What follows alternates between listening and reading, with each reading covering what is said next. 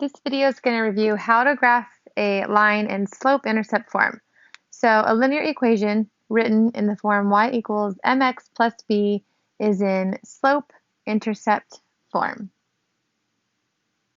The slope of the line is the m, and the y-intercept of the line is the b. So anytime you have a coefficient in front of the x, that is going to stand for your slope, which gives the line the steepness and also the orientation, whether it's positive or negative.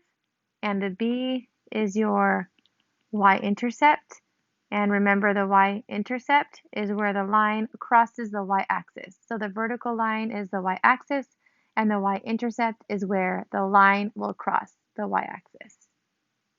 So one thing to remember about your slope is to find slope, you do the rise over the run.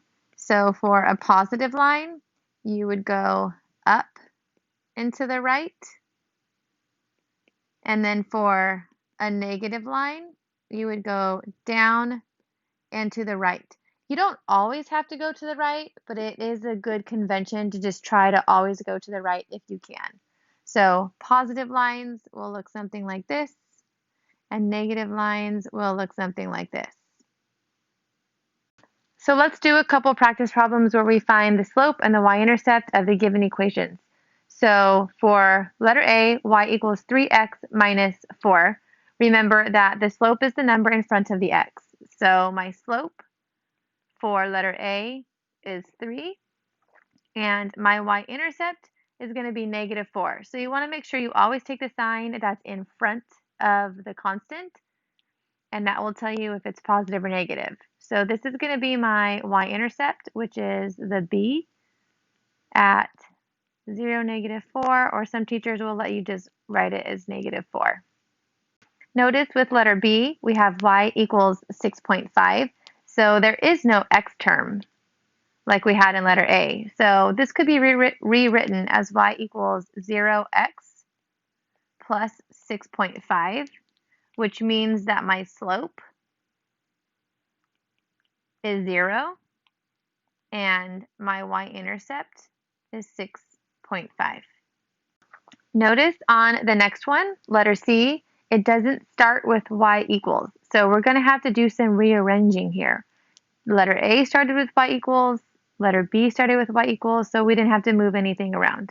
So what we're going to do is solve this equation for y. So to do that, I am going to move the 5x over. So we're going to add 5x to the other side. So we have negative y is equal to 5x minus 2. And then whenever you have a negative in front of your variable, it's not fully simplified. So we're going to divide everything by negative 1. That will leave me with positive y equals negative 5x plus 2. So now I have a number in front of my x, which is negative 5. So that's going to be my slope. So my slope is negative 5, and my b term is 2. So that means that my y-intercept is going to be at 2.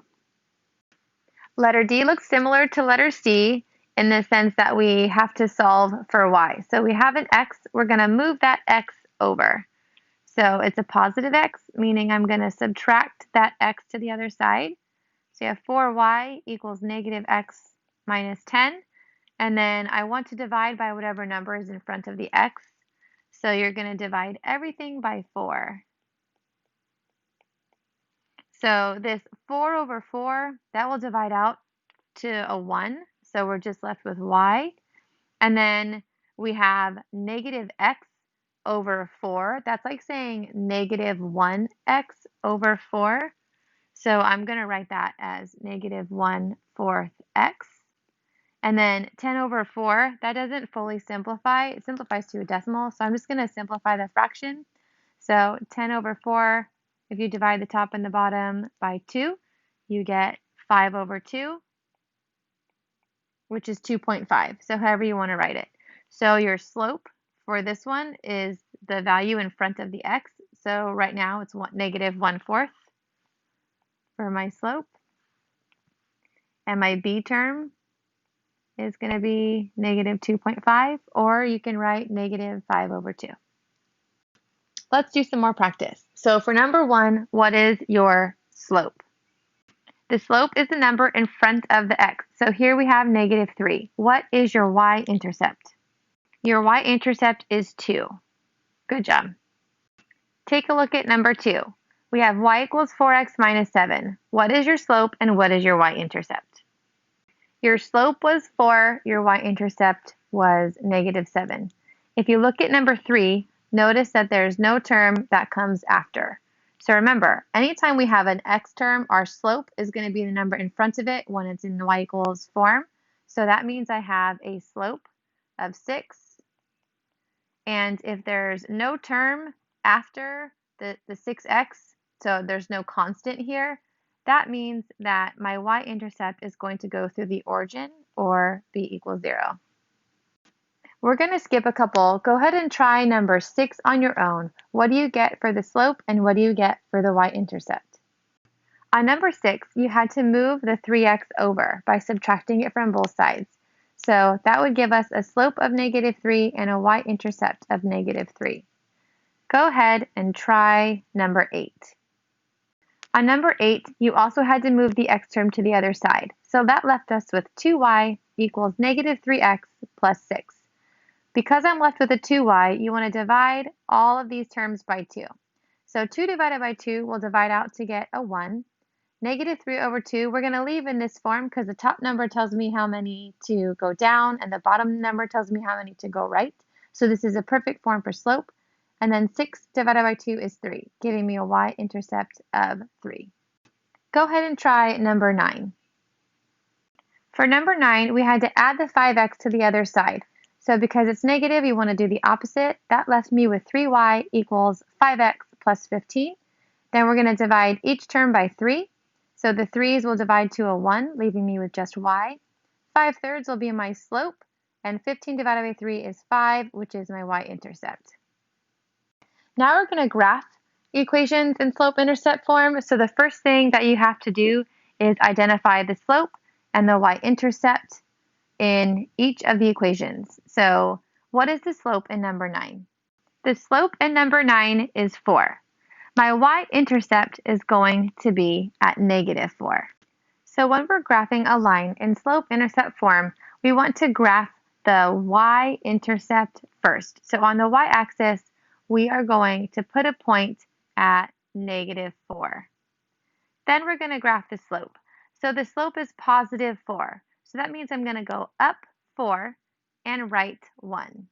So to graph the slope, you have to start from your y-intercept. So let's go up 1, 2, 3, 4, and to the right 1 point. And that will put me at 0, 1. I could continue this pattern by going up 4 again. So I can go up 1, 2, 3, 4, and then go right 1, and I would be at 2, 4. Last, we want to draw our line. Always be sure to put arrows at the end of your line because lines are infinite and they go on forever. Let's look at number 10. So this one is not in slope-intercept form, but I can put it in slope-intercept form by simply subtracting the 3x to the other side. So the equation that I'm going to be graphing is y equals negative 3x minus 3. So we have a slope of negative 3 and a y-intercept of negative 3.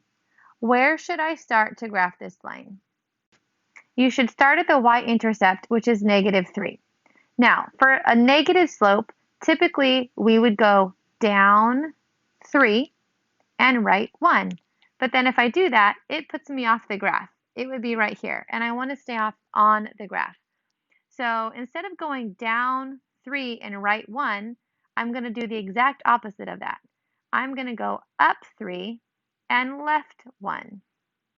We can continue this pattern going up 3 and left 1 until we have points that make our line.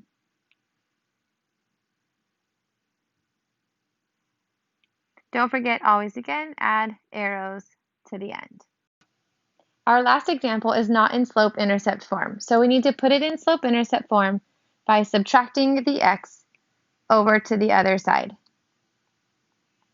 That will leave me with 2y equals negative x plus 6. Then we're going to divide everything by 2, and that will leave me with y equals negative 1/2 x plus 3. So my slope is going to be negative 1/2, and my y-intercept is going to be 3. To graph this line, I'm going to start at 3 on the y-axis to represent my y-intercept. For a negative slope, especially when it's a fraction, you're going to go down the top number and write the amount of units in the bottom number. So because it's negative, I'm going to go down. So that would be here. And then I'm going to go right 2. So that'll put me right here at 2, 2. I can continue this pattern of going down 1 and right 2 until I have enough points to make an accurate line. If you run out of space, just follow the pattern in the opposite direction. So I can go up 1 and left 2. The more points you have, the more accurate your line. So let's draw our line. Don't forget your arrows. So remember, the first step in graphing a line in slope-intercept form is to make sure that your equation is in fact in slope-intercept form. Then you want to identify your slope and y-intercept. Next, you want to graph the y-intercept. From the y-intercept, you want to graph the slope. Again, for positive lines, you're going to go up the top number and right the bottom number. And for negative lines, you would go down the top number and right the bottom number.